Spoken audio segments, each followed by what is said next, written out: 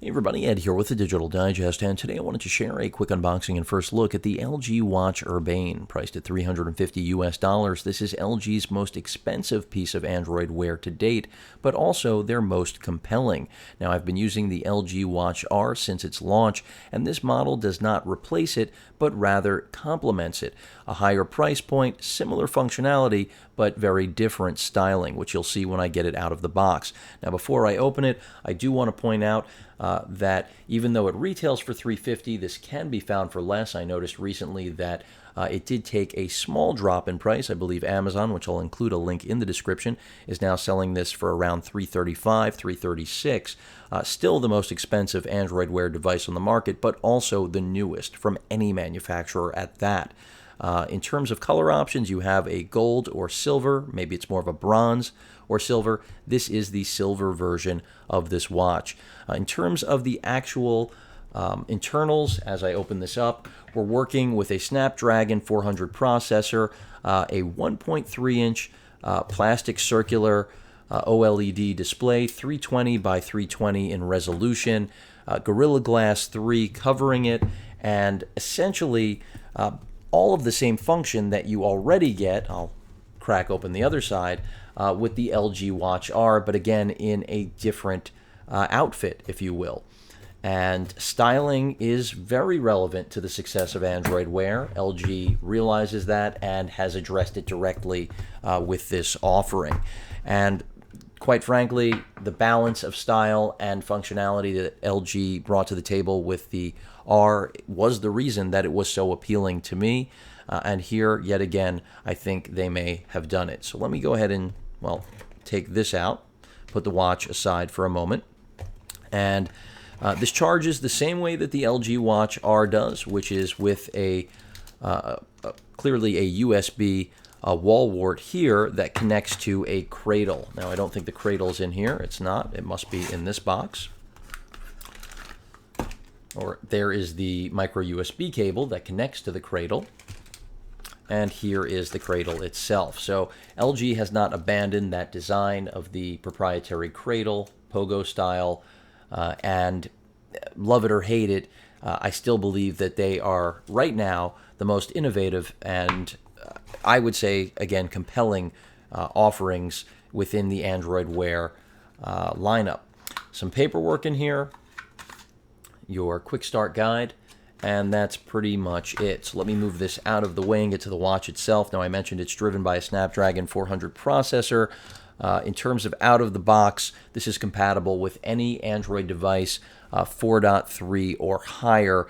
In terms of what's built in, what's on board, you have a heart rate monitor, just like the LG Watch R, so you can use that whenever you like. Of course, voice commands, gyroscope, in order to actually monitor your movement, because that's part of the entire Android Wear theme. It also has water resistance, I believe, up to 30 feet or 1 meter, I believe that's what it is, or excuse me, 1 meter for up to 30 minutes. I take that back. So this is not waterproof, but rather water resistant.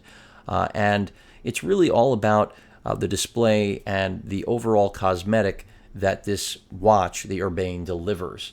And right now, it's really tough to show, or rather share, anything else like it with all of you. Even though this is more expensive, and many people will say it's too expensive, in my opinion, that's really a matter of what you're interested in. And when you're selling a watch, an accessory of this nature, there's no question that style was something missing from much of the first generation. There were attempts, but nothing quite as nice as what the Urbane represents. So let me see if I can power this on. It's got a little bit of dust there out of the box. This is made in Korea. And in terms of the weight, it's still lightweight, even though it does have a more premium look and feel than the LG Watch R. In terms of internals, though, again, everything is pretty much the same. Battery life supposedly has been improved. You can also pick this up in an LTE model.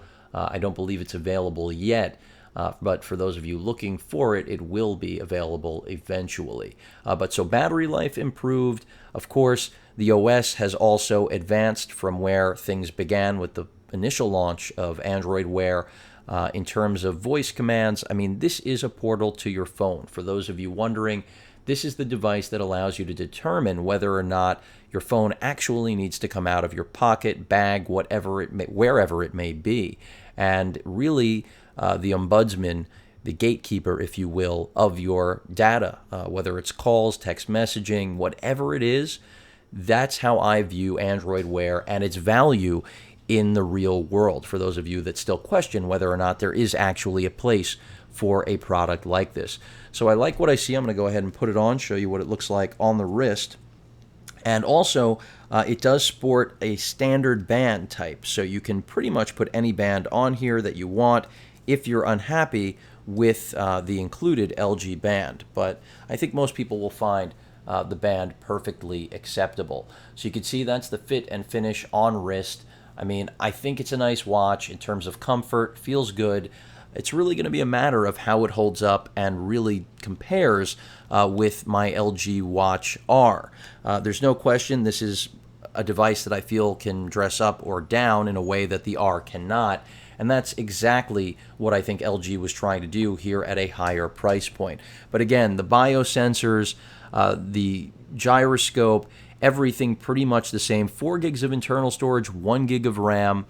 This is being touted as something that can work independently even when you don't have your phone around, which was another sticking point for many Android Wear devices as well as users. They wanted a watch that still functioned even when their phone wasn't around. So LG has made sure to re-emphasize not only the capability of this device on its own, whether we're talking about music streaming, whatever it may be, because Bluetooth does drive this, but beyond that, they know that, again, style is important as well as function, and that's exactly what the Urbane is set out to accomplish. So I like what I see here. We finally got to the welcome screen. Of course, I will be updating all of you on my experience with this. Excited to get a new piece of Android Wear that, again, simply improves upon one of the most critical elements of a watch, which is making it look like a watch. And that's what I've been waiting for. Any questions or comments, please feel free to post them. And of course, as usual, please feel free to subscribe. Later.